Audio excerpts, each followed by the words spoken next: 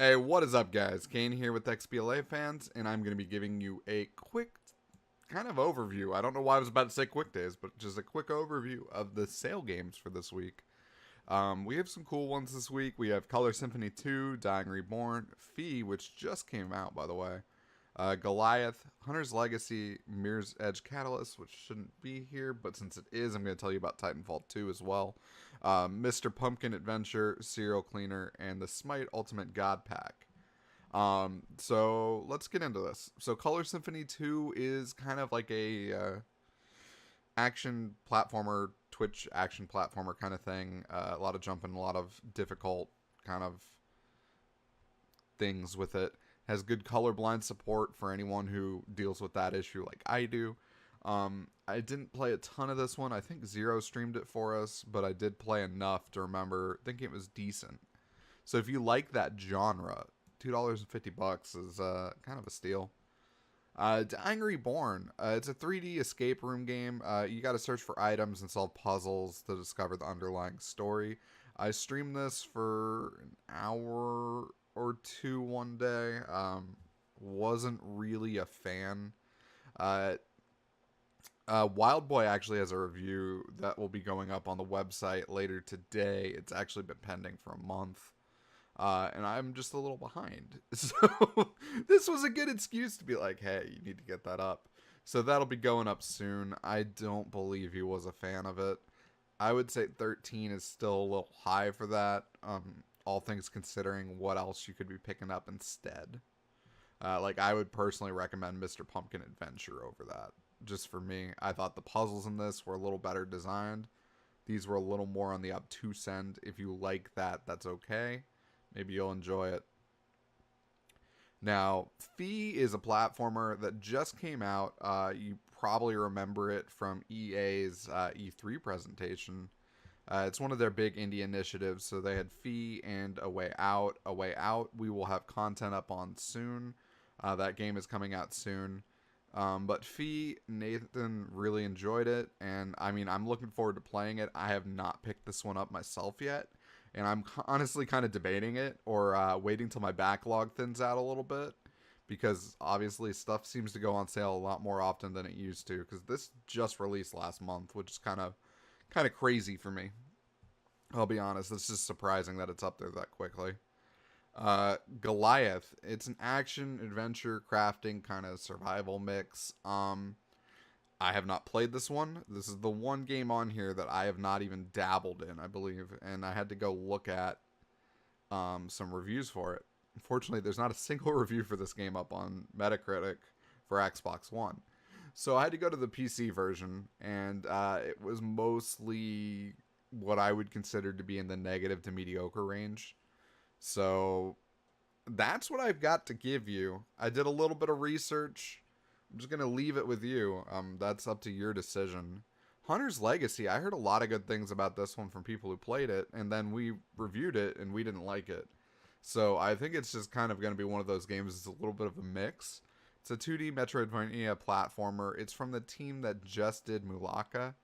You got non-linear design, you know, typical stuff when you have a Metroidvania platformer. We gave it limited appeal, but I have heard from other people that they did enjoy it. So I would definitely look into it. 280 is not exactly, you know, going to break the bank, hopefully. So if that's something that you're interested in, it's definitely still there. Mirror's Edge Catalyst. Like I said, I don't really know why this one's on here, but it is a pretty decent game. I think Jill's just a fan of Mirror's Edge. But Mirror's Edge is $5. I would also mention Titanfall 2. Titanfall 2, I believe, is also like $6, and that game has an amazing campaign. One of my favorites, actually. Probably my favorite shooter campaign I have played outside of maybe Doom in the past 5 years. That and Wolfenstein 2. Yeah. It's like Wolfenstein 2 just came out. That was pretty good.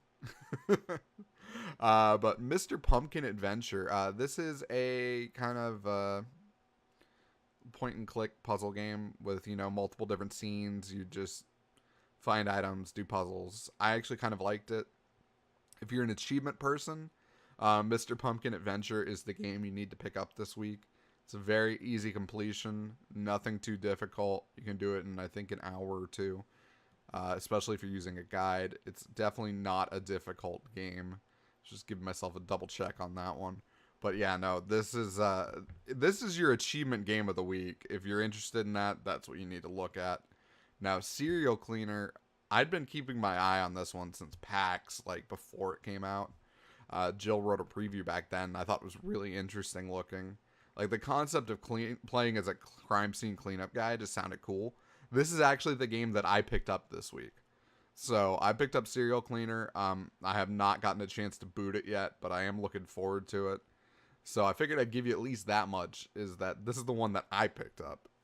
I think, yeah, I don't think I have Goliath, but I think I have, other than Fee, the rest of these. But this is the one that stood out the most to me. Now, Smite Ultimate God Pack, if you by some fluke play Smite and you don't have this, this is probably one of the most consumer-friendly decisions I've ever seen a company make. $15 right now, you get all gods and a favor refund. So you can use that on, you know, skins and stuff if you want, or whatever else. But, like, just the sheer fact that you can get all previously purchased gods, all future purchased gods, all gods for free is just fantastic. Like, if League of Legends or something like that had this, that would be mind-blowing. But they don't. This is such a favorable thing for consumers. And if you like this game at all, it is worth checking out. It's a really good game. I was really into it for a while. I've kind of like moved away for a little bit. Like I've been kind of hooked on Fortnite, to be honest, right now. That's kind of like my multiplayer game of choice. But Smite is worth it if you're going to play it. That God Pack is fantastic. But anyways, guys, thank you so much for checking out this week's Deals with Gold. It's a much shorter video, and I bet you guys are appreciative of that. Last week, I think I had like 35 games to go through.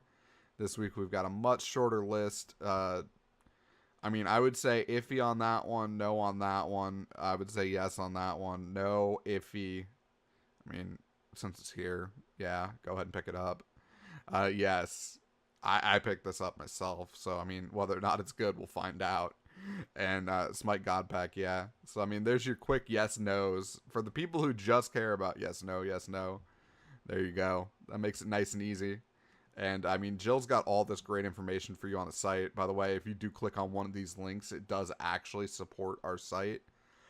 So we're always very appreciative of that. That helps us out a ton, by the way, guys. So just throwing that out there. Anyways, guys, thank you so much, and later.